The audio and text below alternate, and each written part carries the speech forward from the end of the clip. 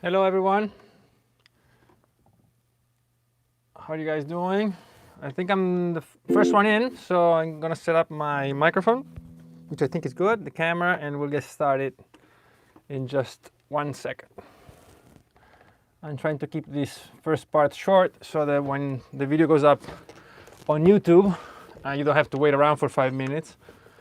And I figure that if I edit the video, then how do you say? Then you'll get you can't get the live chat on the replay. So I'm trying to be a bit agile here as we do this. So as I wait for you guys to come in and for the room to fill, I'm going to talk as always about a little something that today is actually inspired a little bit by the videos that I put out this week. Excuse me. About chords and about chord movement on the neck. As some of you know, I put out these videos that are 1 minute long, and they're called the 1 minute guitar secrets. And excuse me just a second. Okay. And today's video is well, actually Tuesday's video, today's Thursday by the way, Tuesday's video was about moving chords horizontally through the neck to get different fingerings for the same chord. So we had I think the example was on a major 7th chord, and so we talked about how we could find new fingerings for those same chords by just moving each note to the next possible note on each string, right? So you can watch that video if you want. I'll link it once once this video is on YouTube. And then in today's video that came out today, also one of the 1 minute videos, we talked about moving stuff vertically through the strings. So moving from one set of strings to the following set of strings or to the one above. And we're going to do something different right now, but just as a summary, today's video was about, you know, when I move horizontally, then I still keep the same chord, right? If this is a major 7th chord, these ones also are major 7th chords. And sorry, not that one, this one. And so when we move vertically, it becomes harder because the second and third string are tuned differently, and so we have to compensate for the change in tuning. And that was the whole idea behind today's video. You can go and check it out once this is done. But the focus of today's video was compensating for the difference. So the premise was that I still wanted to keep a major 7th chord, right? So I had a major 7th chord on the 5th, 4th, 3rd, and 2nd strings. And when I moved it up, I wanted to maintain that quality of chord. So I wanted to keep a major 7th. So we were kind of fighting the system, right? Fighting the architecture of the guitar and understanding it and adapting it to whatever we wanted to do. So the rule is whatever lands on the 2nd string gets brought up 1 step, 1/2 step, so 1 fret. And if we move back, whatever lands on the 3rd has to be lowered 1/2 step. That way we can keep the same chord. But today I want to try something different, which is very interesting, which is actually using this,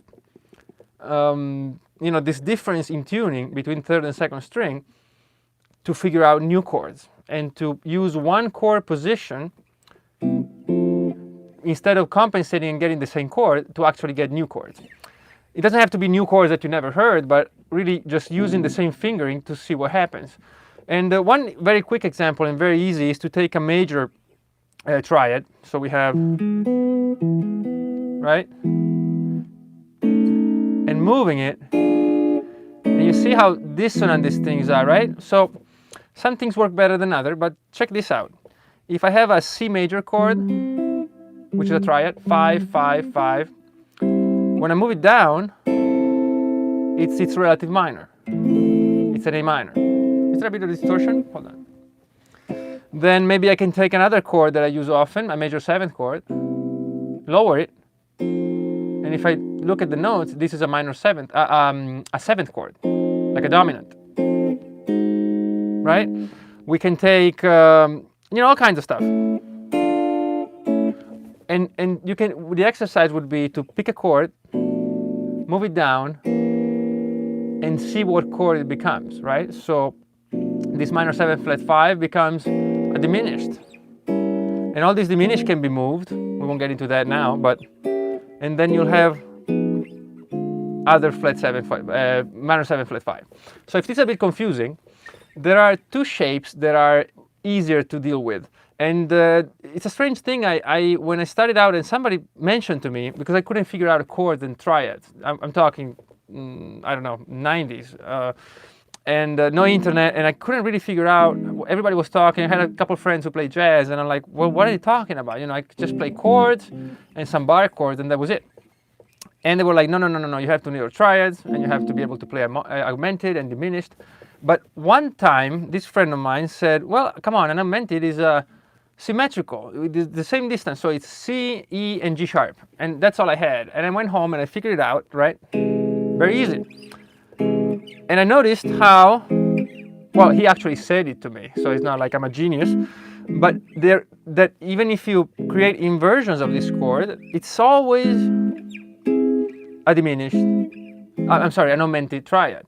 It's always the same thing. You keep, right? So this is C, E, G sharp. I move it up to E, and I get E, G sharp, C. And then I move it up to G sharp, and I get G sharp, C, E.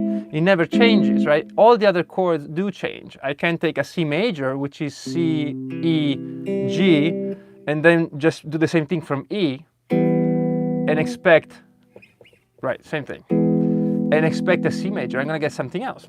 But with the augmented, I could. And so I figured that from the augmented, it would be a lot easier because then it doesn't matter what fingering I use.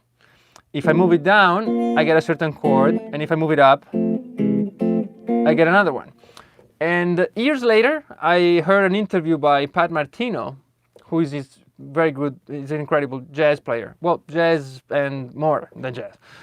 And he has a whole system actually based on symmetrical chords. And I haven't gotten really deep into it, but I saw a couple of interviews, and he's gotten into it.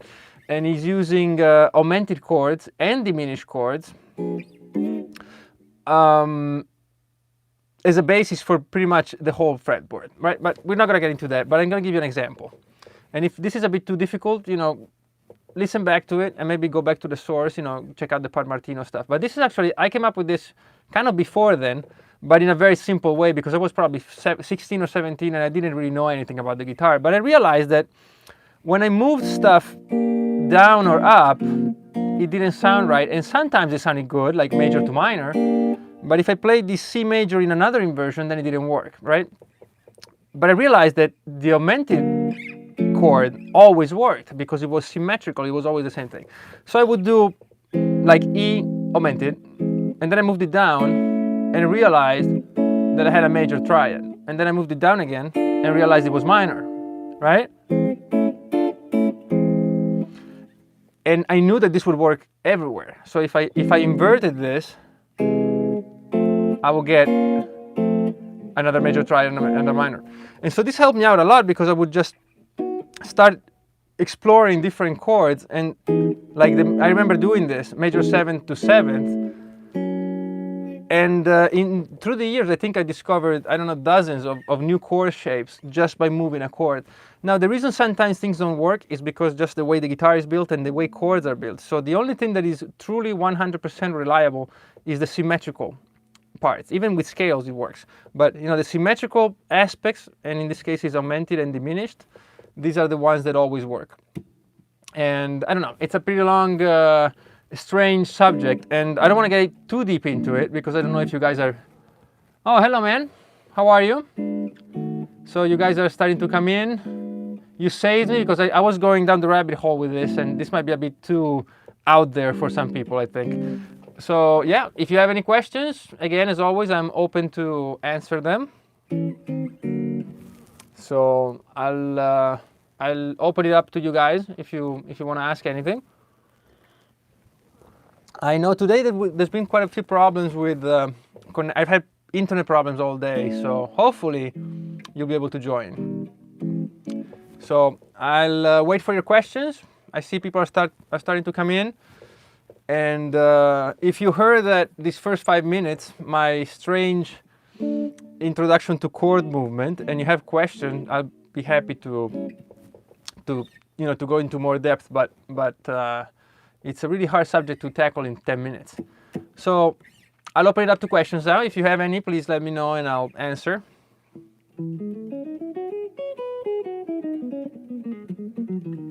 Otherwise, we can get more into this kind of stuff, right? We can take, oh, there you go. How can I level up chord practice? Simplifying complex chord structures. Well, I don't know if I understand correctly about simplifying chord structure, but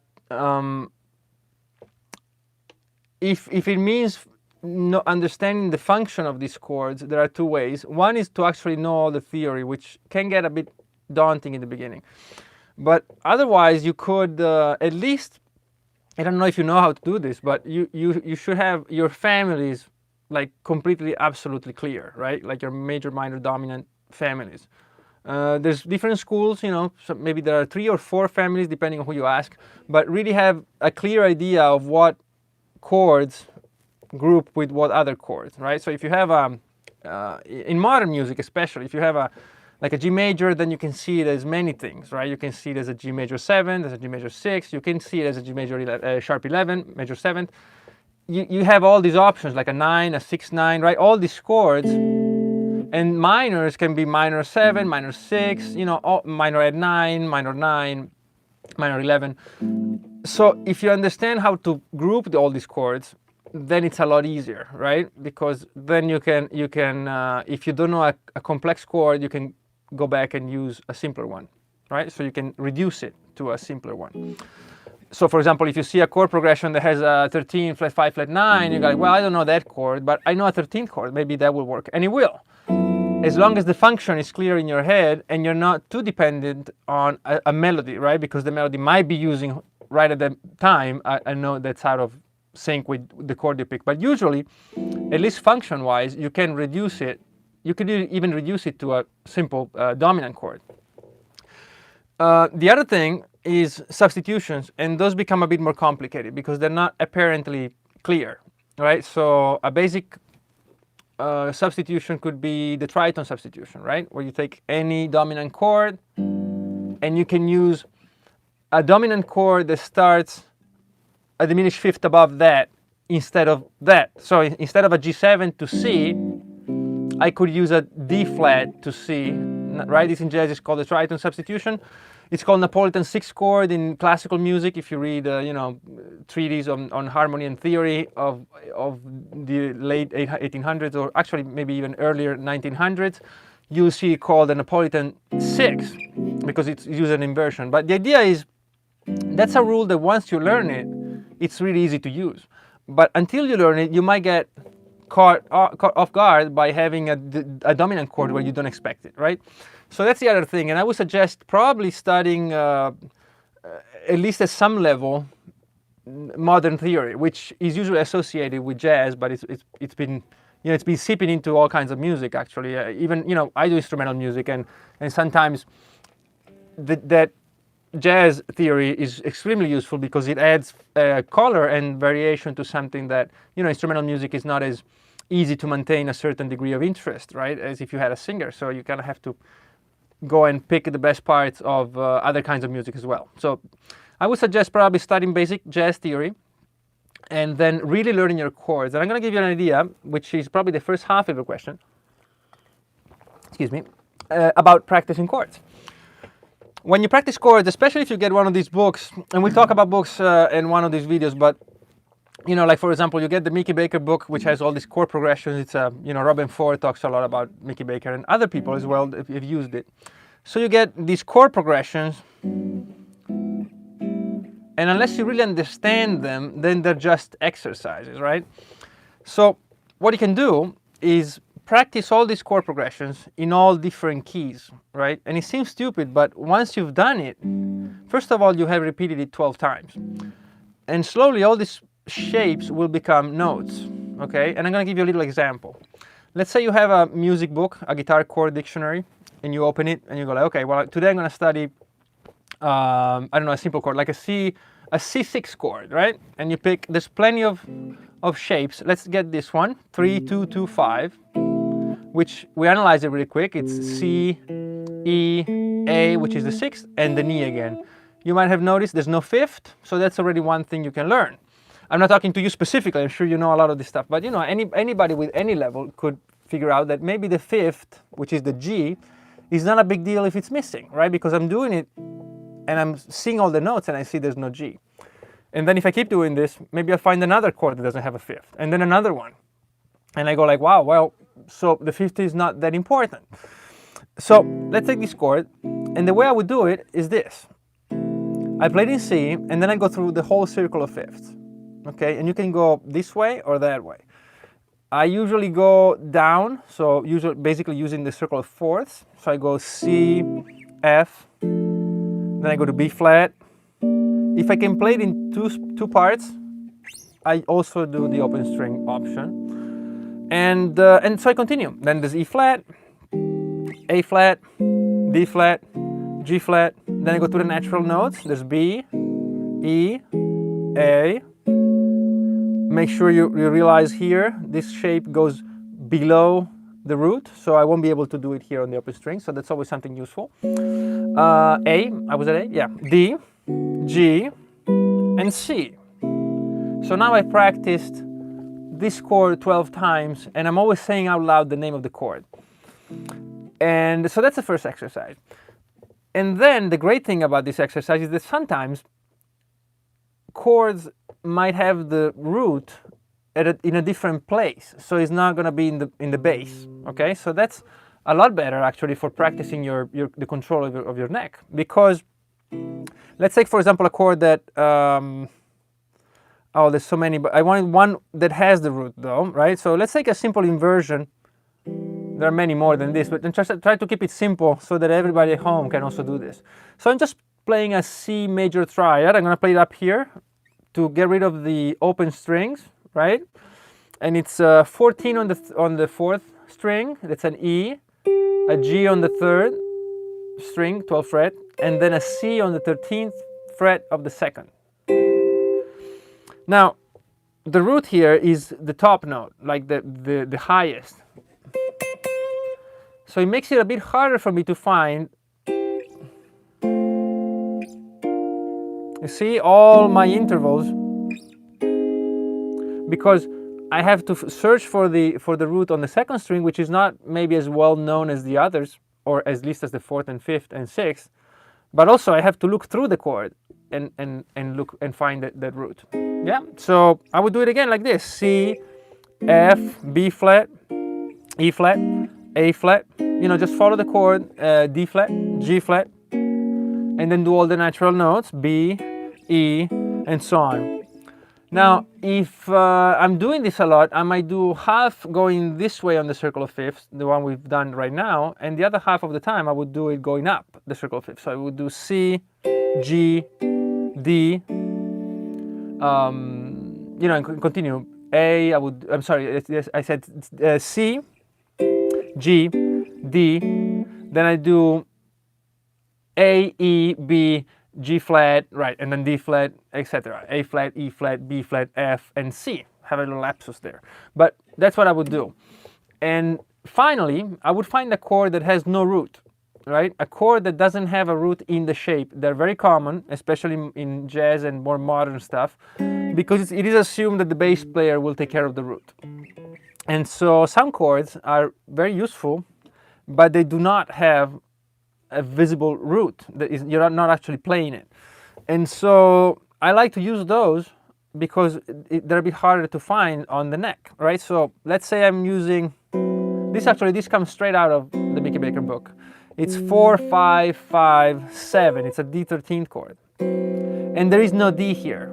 I'm playing an F sharp, which is the third, a C, which is the seventh, an E, which is the ninth, and the B, which is again the sixth, the 13th. So this chord does not have a root, and I have to know where the root is. So you kind of have to find one of these notes, the one you prefer, that you use a reference. I like to use, for example, the one on the third string, which is a C, which is the seventh. So I know that the true root is up here. And then I'll move it around using this thing in my head. So when I play here, I'm seeing this B flat as the seventh of the chord where the root would be C, right? And I'm always using a reference to go through a circle of fifths. So I would go from here to here because this F is my root, and so my reference is my E flat. And then I keep going. So find a B flat, but not actually a B flat. You see what I mean? And you keep going like that to E flat and so on. And I think it's a great exercise, and it's really hard in the beginning. It will take you forever to do the first ones, but then you get easier and a lot better. I don't know if this was your question, but you know, I get carried away when we talk about guitar. It happens to me all the time. If I'm talking to people about guitar, it's like I never stop talking. So, but how can I level up chord practice? So yeah, I think more or less is what you asked. All right. Thanks a lot. Okay, well, I'm glad it was helpful. If I do get off on a tangent, you know, you can stop me, just type it in and I'll stop. Great. And yeah, if you have more questions, I'll be happy to answer.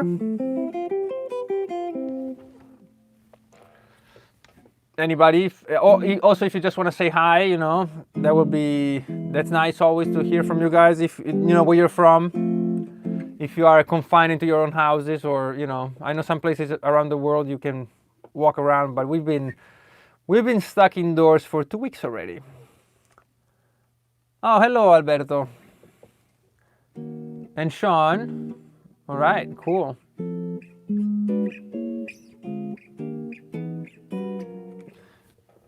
Yeah, there's not too many of us today. You know, I think actually now people are... Marco. Oh, Marco, how are you? You know, I'm from Italy as well. I'm sure you know it already, but even though I live in Barcelona. So how is it going over there? I was checking Mickey Baker's book, as you said. Yeah, what do you think? Do you like it?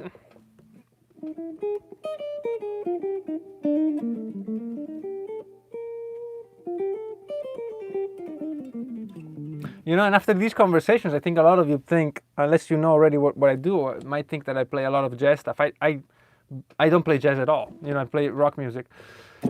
And, but as I said, doing instrumental music, you know, you can't, it's hard to do with just a rock vocabulary all the time, because besides I get bored of it, you know, playing, I've done like 4 records, almost 5, and you know, I need to get, that's why I always study all the time.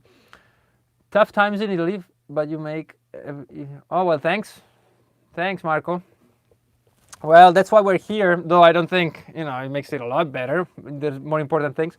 But yeah, just talk about guitar and maybe give you some ideas for practice, you know, because sometimes you're stuck at home and you're like, what should I practice? Never happens to me though, because I know so little about so many things that there's always something to improve on. You're in lesson 2. Yeah, well, lesson 2, isn't it the one when you go like this? Yeah, the chromatic chords. That's it, right? And then you do the minors.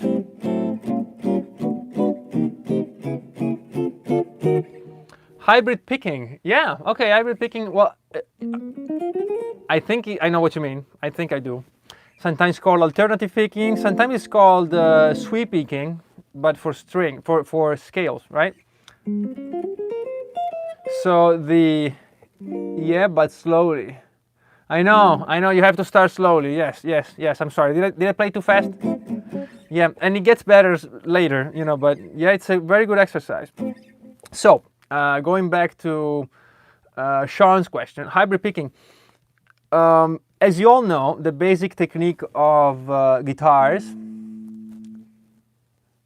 economy with fingers.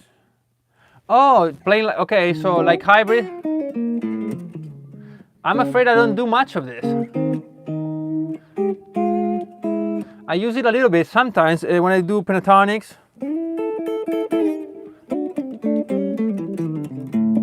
But I'm not very good at it, as you might tell from watching me. So I'm afraid I can't really help you with this. Although it is true that I do make it work when I need it, so I don't want to be too modest about it because I do use it sometimes. But it's not something that I practice, and so I'm sure there are techniques. What I sometimes do is because sometimes chords, as Alberto will know if he's doing the more jazzier things. If you do certain chords, they can be played with a pick, and you have to mute with the left hand. So I can play this string, right? And there's many of them. And so sometimes you're tempted to do with your fingers, but then maybe you have to switch and go back to pick. So what I do, it is true that I do that. I use the pick and 3 fingers. You see? Because then I don't have to drop the pick. Well, drop the pick. I usually do this with the pick. And I put it right there. I use that for tapping and also for chords, because I can play actually with 4. I can play like this. But my pick is right there, you see? But I still use it. I can hold it here and still use it. So if you can practice this, like that. Whoops, sorry. It only works when I'm actually playing, right? And it's right there. And I can switch. I use that, but I wouldn't tell you that I do a lot of hybrid picking. Because it's just not true. So I wouldn't give you advice on it. Sorry. It is awesome with legato. All right. All right. Cool. I will check it out. Sobesh, not being rude, not at all.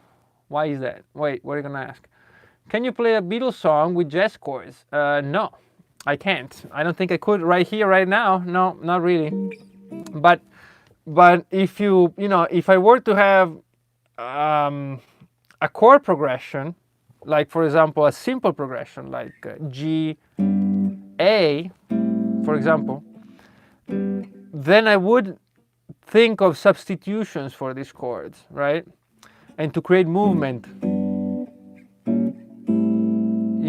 going around these 2 chords and even removing some of them and replacing them with others. But with a song like the Beatles, you actually have a melody on top. So when you have a melody on top, substitutions become more delicate, because when you substitute a chord for another, for example, if I have a G7 and I substitute it with a D minor 7th, theoretically and musically, there's many reasons to do it.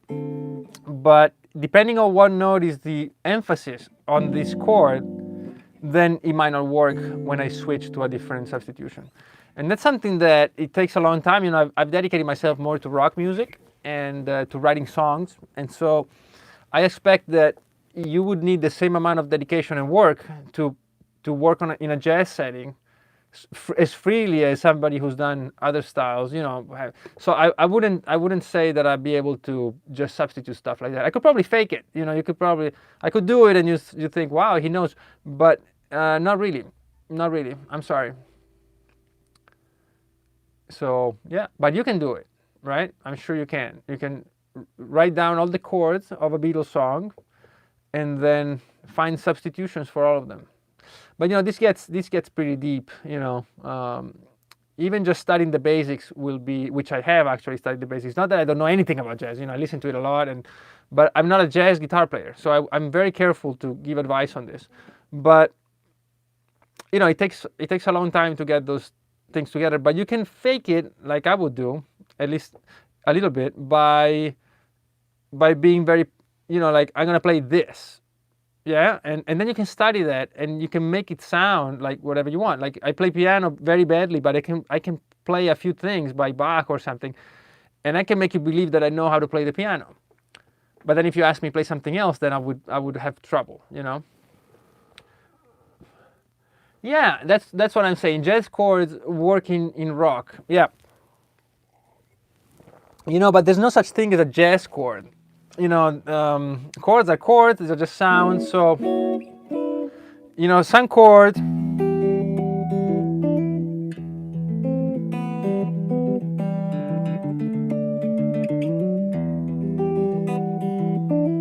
all these,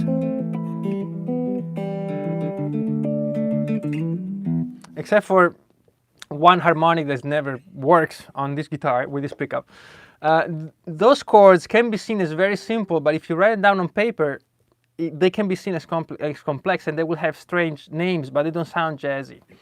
If you have a diminished chord, this can sound jazzy, but Malmsteen would use it,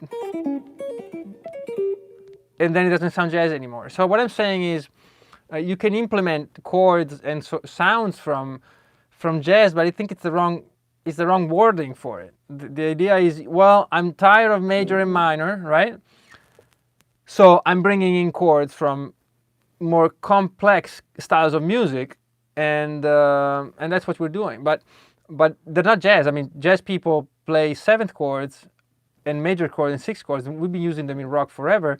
They might use more chords of another kind, you know, but if I'm playing just a simple major 7 sharp 11, now to me this is not really, you know, in my way of hearing it, it was just an option for me to play a scale that is a Lydian mode, and it can be very rock and roll, or at least, you know, in the kind of music that I make, which is definitely rock. So I think the sound of a chord is the sound of a chord. It doesn't belong to any style of music. And you can go to the Middle East, and you'll find music that is built on sometimes very extremely simple chords, but they don't sound anything like our music, right? When they're performed. And or India, most of the strange Indian modes.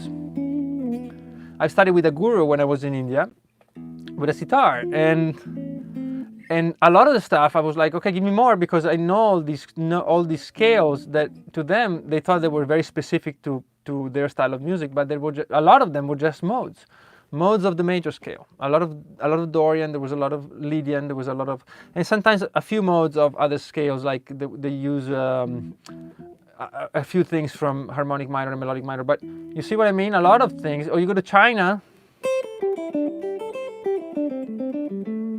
and the pentatonic it is said that the major pentatonic was invented in China, and it's just a sound. It's just a sound.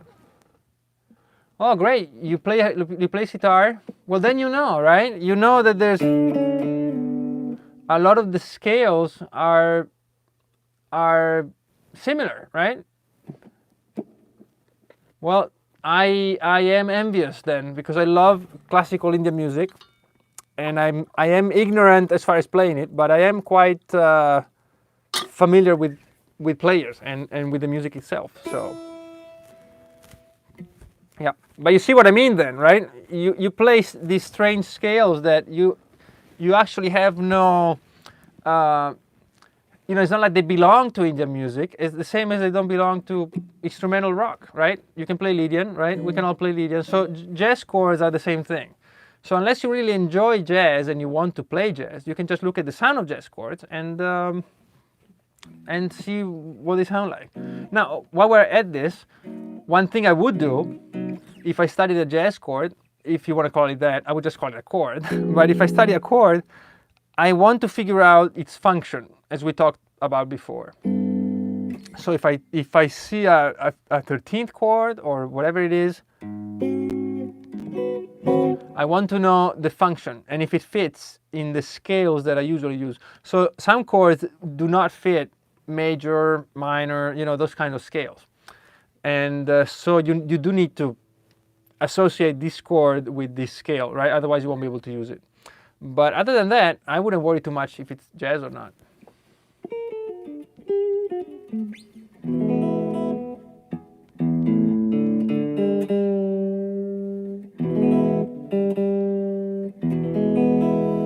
I don't know what happened. Maybe I'm breaking a string. Okay. There you go.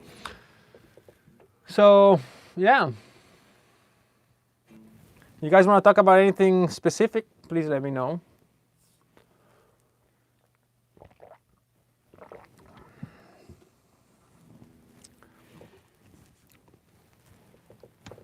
And also one thing is that whatever I talk about, you know, it just something that might have worked for me or might be working for me, and it would not work for you. But that's the problem with guitar. You know, I always thought that it was just my thing, because my problem, because I never studied music officially, like in a school.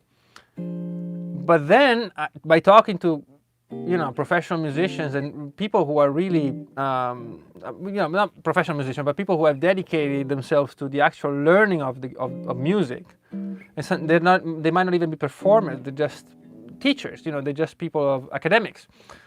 And they all interpret it differently. Like, it's crazy. It's crazy if you take a course, say from some guy, it will be very different from whatever somebody else teaches you.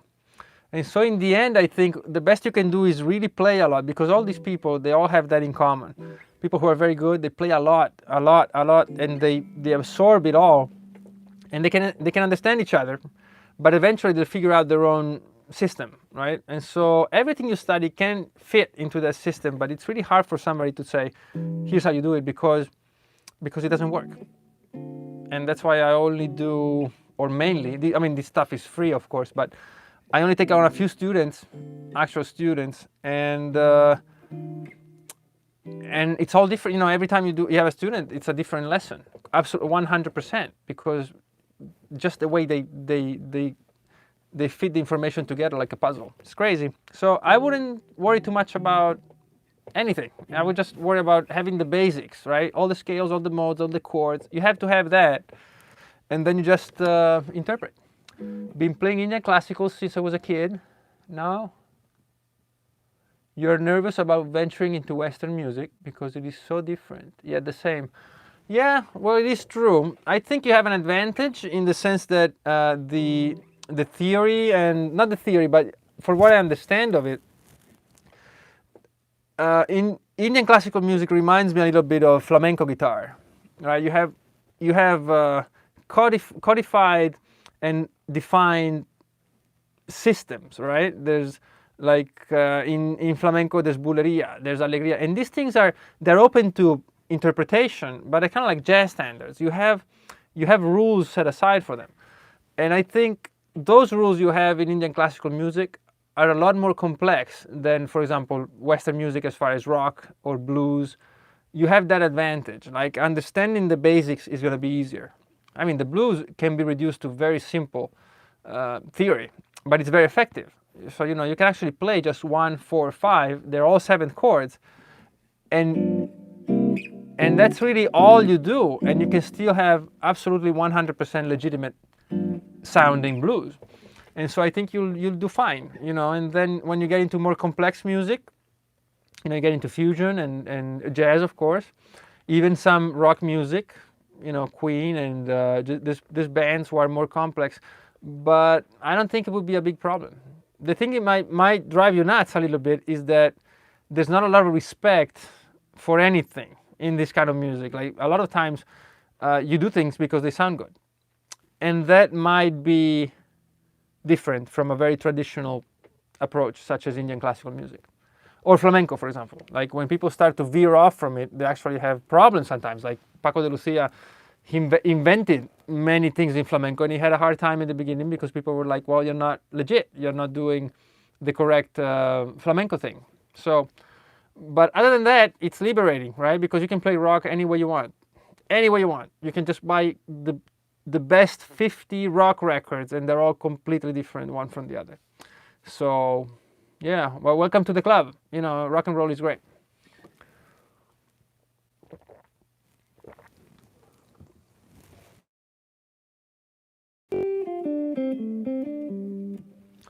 So,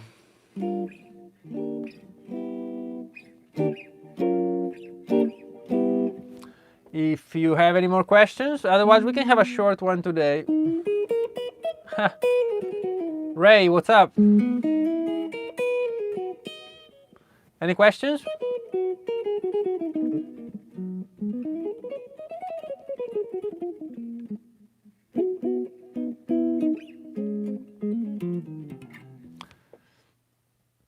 We'll wait around a little bit, and maybe we can have a short one today. I know there's so many people now doing stuff live. that is crazy. I mean, on one hand, I've never done it and I'm enjoying it, and it's a bit, it's hard because you're just sitting here talking to yourself, and just checking out your feed. Yeah, well, welcome. Ray plays guitar, so he probably doesn't have a lot of questions. He's a pretty good guitar player. Sean, you're welcome. Well, I haven't really answered your question because I think I'm not very qualified for it, but thanks. Just finished telework. All right, yeah, because everybody's working from home. We kind of are.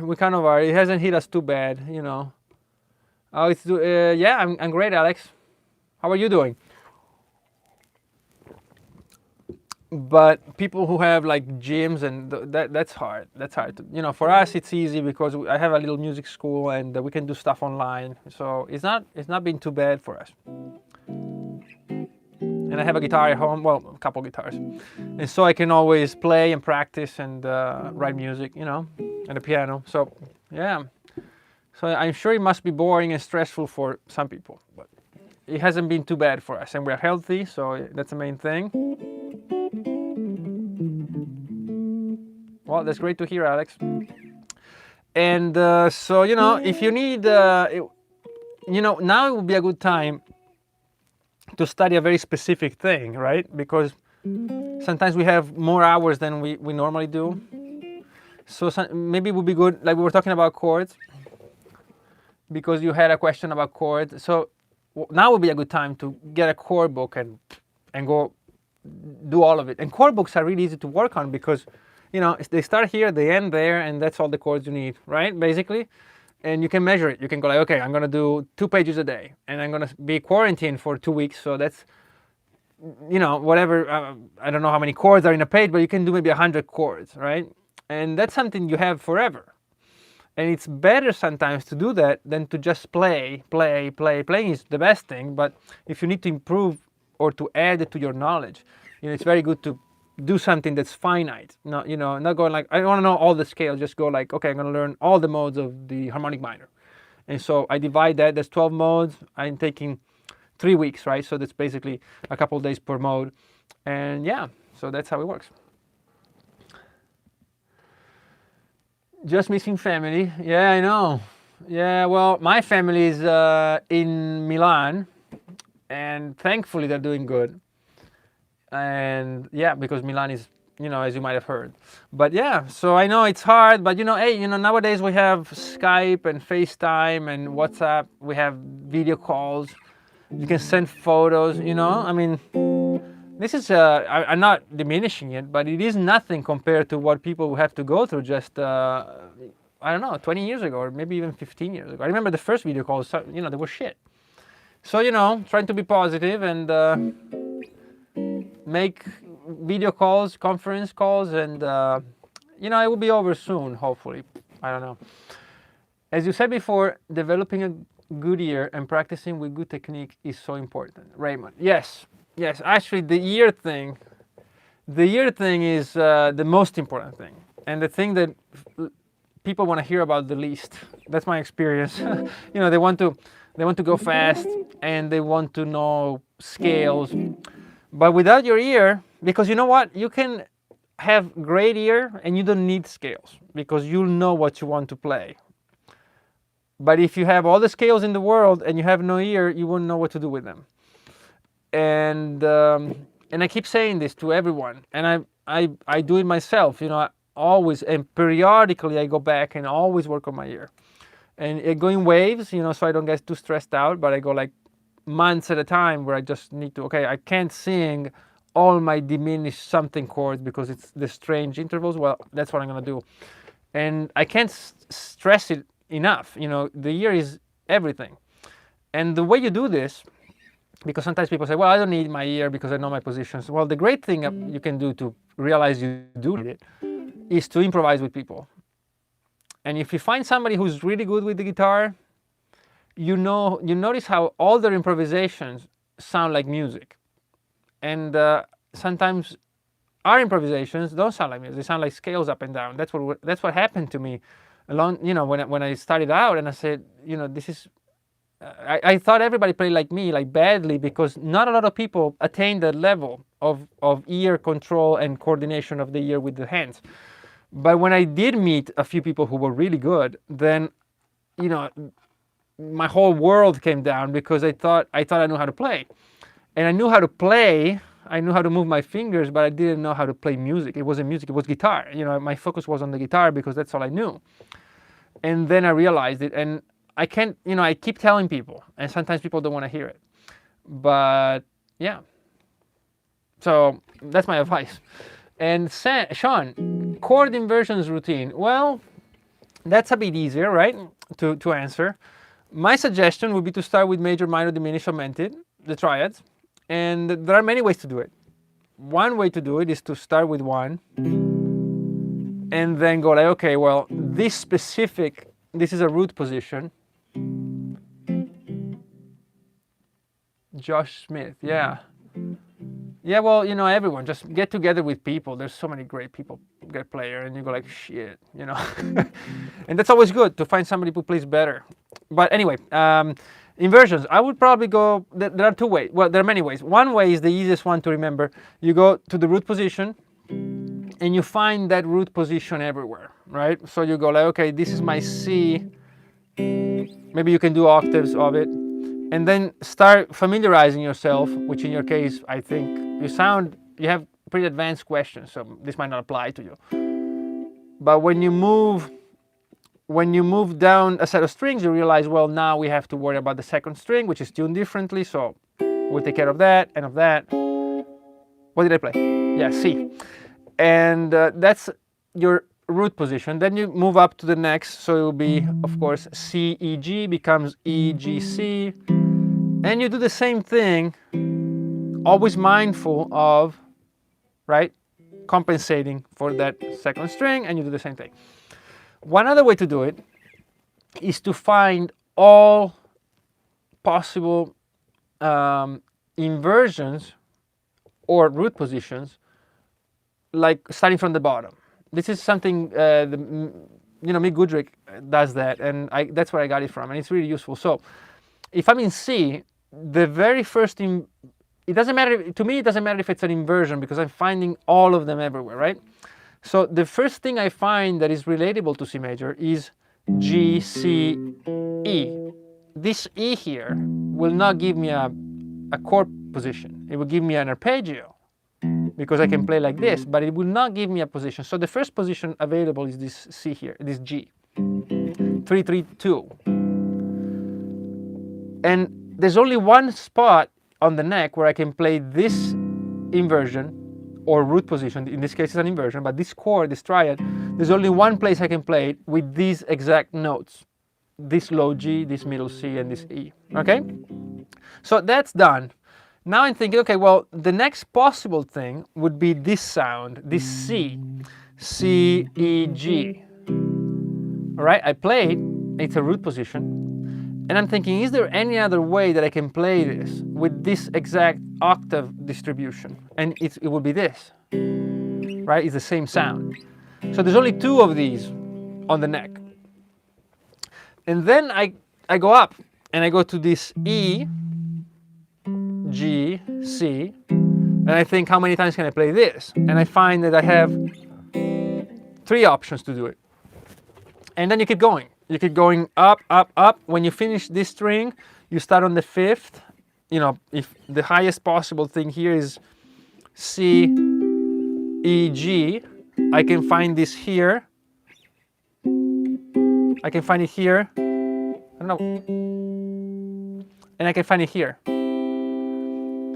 So, starting from here now on the 5th string, I can go up to this E. You see what I mean? And do the same thing here.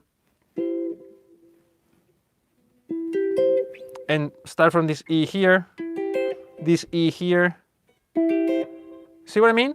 And so you cover the whole fretboard with all the inversions. And then you can do this again with open chords. So, like you were saying, or somebody was saying, maybe, I don't know, you can drop the 2, you can drop the middle position. So you will get this one, sorry, and you move that. And then you go, how many times can I play this? Only once, because I only have this G once, right? But when I start from C, I can, you know, and you keep going. A really useful exercise. You can do it with minors, you can do it with sevenths. I wouldn't do inversions of very complex chords. I would maybe go up to 4 notes, because everything else kind of derives from that. And then you start losing, right? If you start dropping notes, like you drop the root or the fifth, then inversions don't work anymore, right? As you know. So I would do a few, you know, and yeah, in strange keys, don't do it all in C, you know, do B flat, if depends on the kind of music you're into. If you're in rock, A, E, G, well, do all of them, but if you're in jazz, B flat, A flat, you know, some of these roots are more useful to whatever kind of music. Yeah. So that's how I would do it. All right. So I'm thinking maybe we can do another one of these next Thursday or Tuesday or Sunday. I don't know. I don't want to do too many either, because because I don't want to be boring, you know. So odd how the guitar is stripped like a barb pole, expanding the angle. Yeah, the guitar is a strange thing. I was talking about this badly, I'm afraid, in the intro to this video, when I was just sitting here alone waiting for people to come in. And it is true. It's amazing how because it's set up so differently than a piano, right? Because the piano is easy, like it's not easy, but it's like it's a different setup, 7 + 5, you know. And the guitar really doesn't work like it. It's incredibly different. Even when they say, well, you can play it on one string and it's like a piano, it's not true, you know, because fingering wise it's so different, you know. 1 then 2 then 3 then 1. Yeah, it's, you know, you can see all kinds of I love the thing about the guitar is you can find all these geometric patterns in it, and it's kind of mystical almost. So actually, you know what we can do before we leave today? If there's anything you want to talk about next time, then well, no, let's keep it live. Then otherwise it's work. I don't want it to be like that. So let's just keep it live. We'll improvise. If there's any question I don't know how to answer, I'll just say it. And check out the videos from this week. There are 2 1-minute videos on the channel. They're about chords, and they're very useful. They're very useful, especially if you don't have a lot of time and a lot of knowledge about chords. They will help you out a lot, also in controlling the neck of the guitar. So give that a try. And unless there's any other questions, maybe we should keep this a bit shorter today. It's almost an hour. And I'll try to be back on Sunday maybe, right? Yeah? Yeah, a few days, maybe Tuesday. I'll let you know as always. I schedule it here on YouTube, so you should get it in your feed if you're subscribed and you hit the bell, I think. Otherwise, on Instagram and Facebook, there's notifications of when we'll be live. But I think maybe Sunday will be a good time. So let's try to shoot for that. And I'll wait a few seconds if you guys have any more questions. Otherwise, we'll just leave and reconvene on Sunday.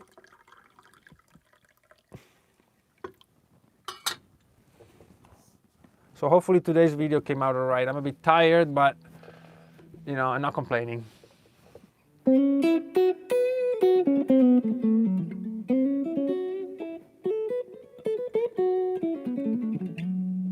Yeah, you're welcome, Sean.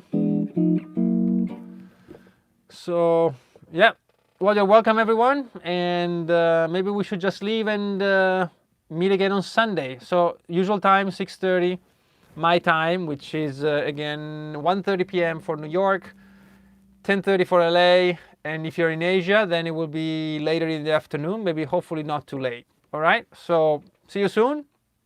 And tell your friends, so we'll be more next time. Thanks, Andrew. See you on Sunday. All right, yeah. Bring your friends so we're more people. Yeah. See you soon. Bye-bye.